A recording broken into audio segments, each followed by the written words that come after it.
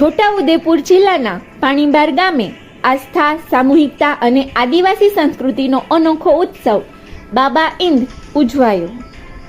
નમસ્કાર, સહજ ન્યૂઝમાં આપનું હાર્દિક સ્વાગત છે.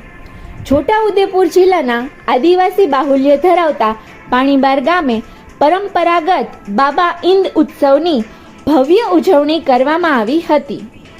આ ઉત્સવ આદિવાસી સંસ્કૃતિ, પ્રકૃતિ પૂજા, પરંપરા અને સામાજિક એકતાનું જીવંત પ્રતીક માનવામાં આવે છે. ઉત્સવ દરમિયાન આદિવાસી સમાજ દ્વારા ધરતી માતા, આકાશ, વાયુ, અગ્નિ અને પાણી સહિત ગામના આદિ દેવસ્થાનોની પૂજા કરવામાં આવી હતી. ગામમાં સુખ સમૃદ્ધિ રહે, તમામ જીવોનું કલ્યાણ થાય અને ખેતી પાક સારો ઉતરે તેવી કામનાઓ સાથે શ્રદ્ધાભેર બાબા ઈંદ ઉજવાયો હતો. આ પ્રસંગે આદિવાસી પુરુષો અને મહિલાઓ પરંપરાગત વેશભૂષામાં સજ્જ થઈ ઢોલ, નગારા, શરણાઈ, દંદુડી, વાંસળી અને મોટલા ઢોલના તાલે લોકનૃત્યો કરતા જોવા મળ્યા હતા. આસપાસના ગામોમાંથી મોટી સંખ્યામાં લોકો જોડાતા સમગ્ર વિસ્તાર ઉત્સાહ અને ભાઈચારાના રંગે રંગાયો હતો.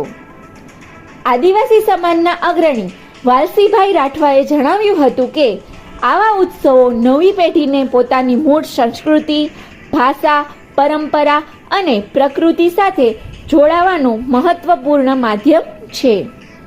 ડીજેના યુગમાં પરંપરાગત વાદ્યો અને લોકસંગીતોના પરિચય યુવાનોને પોતાની ઓળખ પ્રત્યે ગૌરવની લાગણી કરાવે છે. ઉત્સવ દરમિયાન સામૂહિક ભોજન અને સહકારની પરંપરાએ નવી પેઢીમાં એકતા અને સમૂહ ભાવનાના સંસ્કારો મજબૂત બનાવ્યા હતા. સાથે જ જળ, જંગલ અને જમીન પ્રત્યે સંવેદના જાળવી પર્યાવરણ સંરક્ષણનો સંદેશ પણ આપવામાં આવ્યો હતો. સદીઓ જૂની આ પરંપરા આજે પણ આદિવાસી સમાજ દ્વારા એટલી જ આસ્થા અને ઉત્સાહ સાથે જાળવી રાખવામાં આવી રહી છે, જે નવી પેઢી માટે ગૌરવ અને પ્રેરણાનું કેન્દ્ર બની રહી છે. રિપોર્ટર શિલ્પા શાહ, સહજ ન્યૂઝ, બોડેલી.